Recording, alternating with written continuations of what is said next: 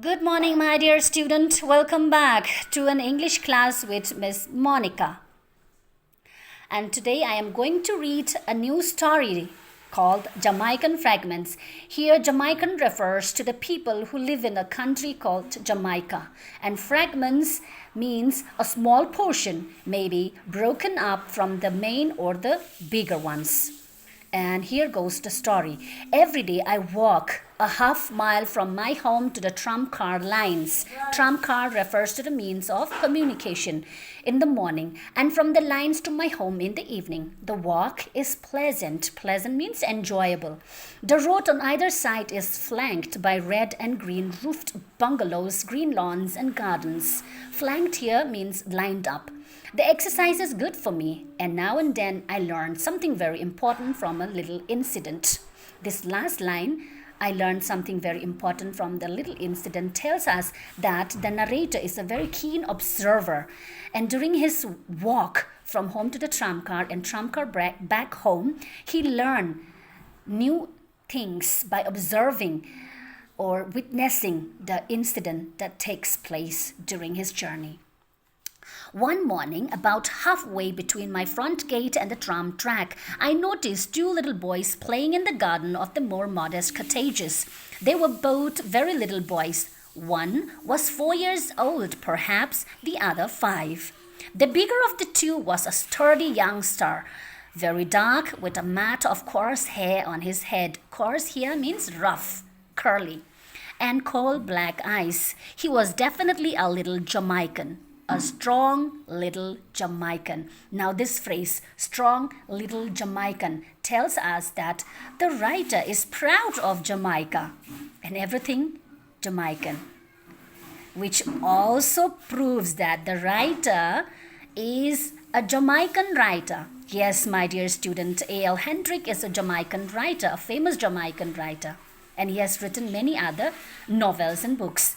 He was definitely a Jamaican, a strong little Jamaican. The other little fellow was smaller but also sturdy. He was white with hazel eyes and light brown hair. Both were dressed in blue shirts and khaki pants. They wore no shoes and their feet were muddy. They were not conscious of my standing there watching them. They played on. It means that the two boys were so lost in their game that they are not aware that the narrator was standing and watching their games. The game, if it could be called a game, was not elaborate. Elaborate means not a long and complicated one. The little white boy walked authoritatively, I mean, with a bossy attitude, up and down, and every now and then shouted at his bigger playmates. The brown behind him, the brown boy stuffled along quietly behind him and did what he was told. Stuffled here, the meaning is given in your textbook. It means dragging, like walking unwillingly, okay, and slowly, quietly behind the white boy. And he was following the commands of the white boy, okay. Picked up that stick. The dark boy picked it up. Jump into the flour. The dark boy jumped. Give me some water. The dark boy ran inside. The white boy sat down on the lawn. I was amazed. Amazed means surprised. Here before my eyes, a white baby, for they were little more than babies, was commanding his will upon a black baby. And the black baby submitted. Submitted means surrendered, agreed, okay, to whatever he was told. I puzzled. Puzzled means confused within myself as I went down the road. Could it be that the little boy was the son of a servant in the home and therefore had to do the white boy's bidding? Bidding means orders. He was accepting the orders of the white boy, no? That's why the narrator here was like surprised. He thought that maybe this black boy is the son of the, servant. Okay? And that's why he was following the orders of the white boy. No. And then after some time, the narrator said, no, this cannot be. They were obviously dressed alike. Why this cannot be? Because both the boys were dressing the same. Alike means the same. The little dark boy was of equal class with his playmates. The next realization to the writer came that maybe the black boy and the white boy were of the same status. They were playmates. The little dark boy was the neighbor's child. I was sure of that. Okay, now the narrator thought that maybe this black boy is just the neighbor's child. He was sure about this realization, okay, about this, conclusion of his own. But he was still confused that if he was the neighbor's child, then how was it that he obeyed so faithfully the white boy's order? So the narrator was still confused as to why this black boy is, obeying to each and every order of the white boy. Okay, let us continue what is popping in the mind of the narrator. Was it that even as a boy, he sensed that in his own country, he would be at the white man's beck and call? Beck and call means at the request and the call and the command of the white boy, this black boy will keep obeying, keep accepting. Okay? Could he, even at his age, tell the difference between himself and the white boy? And did the little white youngster, so young, such a baby, realize that he could grow to dominate the black man? Was there an indefinable means fading, not clear, quality in the white man that enables the baby, smaller and younger than his playmate, to make him his slave? I could not find an answer. This means that the narrator here is confused. Okay, he thought that there must be this racism in his society. The kind of attitude among people in which, the particular community or group of people is dominating over the others. And in this story, the Jamaican were considered, it's just the feeling of this narrator. He just felt that maybe the Jamaican or the black people are inferior, lower in class and in status as compared to the white. And that is why the white are dominating and commanding upon them. Means enslaving them, treating them as inferior.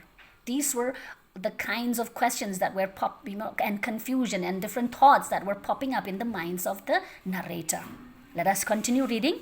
I could not bring myself to believe that such a thing, and yet with my own eyes I had seen a little dark boy take orders from the little white boy. A little white boy, obviously his social equal, and younger and smaller. Were we as a race really inferior? So inferior that even in our infancy and childhood, we realize our deficiencies. Deficiencies means lacking in so many things, and accepted our position as the white man's servant. The narrator is feeling that maybe his race, the Jamaican race, the black people are so inferior, are the inferior race, and they are lacking in so many things. Okay, their quality is so low as compared to the white man that they had to accept themselves as the servant of the white man. This is just the thinking that is going on in the mind of this narrator. Okay. For a whole day, I puzzled over this problem. For a whole day, my faith in my people was shaken. When I passed by that afternoon, the little boys were not there. That evening, I thought deeply on the subject. Which subject? Yes, racism. The next morning, the boys were there again, and a man was standing at the gate watching them. I stopped and looked just to see what the white boy was making his little servant do. To my utter astonishment, means great surprise, the little dark boy was striding like, walking with a commanding attitude. Imperiously means like a royal, knowing that the person in front of you will obey your command. Up and down the lawn, while the white younger walked abjectly, means with a very humble manner behind him. All right, so this is the change of role in the next morning, as observed by the narrator. The narrator was expecting the white boy to keep commanding over the black, but what he found the next morning was completely in contrast with the previous day, because this morning it is the black boy who is commanding on the white boy. Give me a banana. The little white boy ran into the house and reappeared shortly with a banana. Peel it for me. The little white boy peeled the banana and handed it to his dark master. I saw it now. It was indeed a game I had played as a child. Each boy took it in turn, every alternate day to be the boss, the other the slave. It had been great fun to me as a youngster. Now the change of role between these two boys had made the narrator realize and remembered the kind of game that he himself has played when he was a child. He remembered now that this is the kind of game where, each child will take a turn on alternate days, okay, to be the boss and the other to be the slave. I smiled as I remembered. I looked at the I looked at the man standing by the gate. He was a white man. I remembered what I had thought yesterday. He, no doubt, I thought to myself, if, when the narrator here had realized his foolishness and his mistake of jumping to the conclusion hastily. Okay, he has realized that he has made a wrong conclusion the previous day. He had thought that there was racism in society, which is wrong. And now when he saw the man standing by the gate who was watching the children playing, he remembered that he had a particular thought the previous day. He had thought the previous day, okay, that there was racism in the game that the children were playing. So he thought that it is his duty to explain the game to the man who was standing at the gate. Listen here. As I read, you will realize, okay, you will also understand. I smiled as I remembered. I looked at the man standing by the gate. He was a white man. I remembered that I had thought yesterday. The narrator here remembered what he had thought the previous day. You know what he had thought. He had thought of racism. He, no doubt, I thought to myself, was wondering if the black race is superior to the white.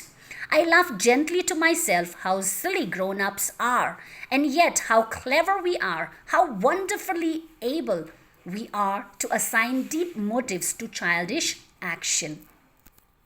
This phrase, and this realization of the narrator about the elder people for being silly. Okay, he had been silly, he had been silly to jump into the conclusion without proper observation, without proper understanding. And he also thought that yes, the elders are silly, but at the same time very clever, because this game that the child is playing was being motivated by what they observed, what they had seen in their society. Okay, and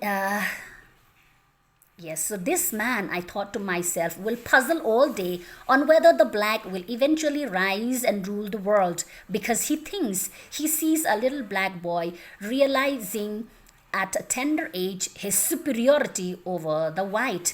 I will save him this puzzle. I will explain to him. I went across to him. So this narrator, he wanted that the white man who was standing at the gate should not have the wrong impression, or should not, jump to the wrong conclusion just as he did the previous day. And therefore he thought it is his duty to explain the real deal of the game that the children were playing to the white man. I know what you're thinking, I said. You're thinking that maybe the black race is superior to the white because you just saw that the little dark youngster on the lawn ordering little white boy around. Don't think that. It's a game they play. Alternate days.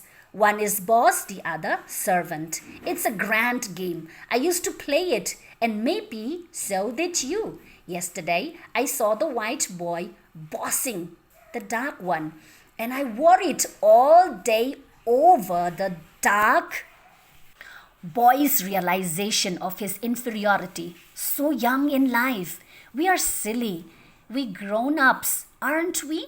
Now this narrator, he was explaining to the white man that he should not have a wrong impression or jump to the wrong conclusion just as he did, because this is just a game. Why was he explaining all this? Because he feared that the white man might think that the black boy is bossing around the white boy, because this is the black man's country. It's Jamaica. Okay, he wanted to save the white man from that wrong conclusion. And therefore, he started explaining the whole game to the white man. Let me continue reading. The man was surprised at my outburst. He looked at me smiling. I know all about the game, he said. The boys are brothers, my sons. He pointed to a handsome brown woman on the veranda who had just come out to call in the children. That's my wife, he said. I smiled. My spirit laughed within me. This is Jamaica, I said in my heart. This is my country, my people. I looked at the white man. He smiled at me. We'll miss the tram if we don't hurry, he said. All right. So the most important thing that we have learned from this story, my children, is that we should not jump to the conclusion on the basis of some, incomplete hypothesis. Just by observing few incidents, you cannot jump to a blind conclusion. Okay, it is important that you understand the pros and cons of the situation. Okay. All right. So just as the narrator, you should also not make a hasty conclusion about any people, about any situation, or about any objects. You should study, have a careful observation of everything around it before you come to the conclusion. All right. Thank you. That is all for today.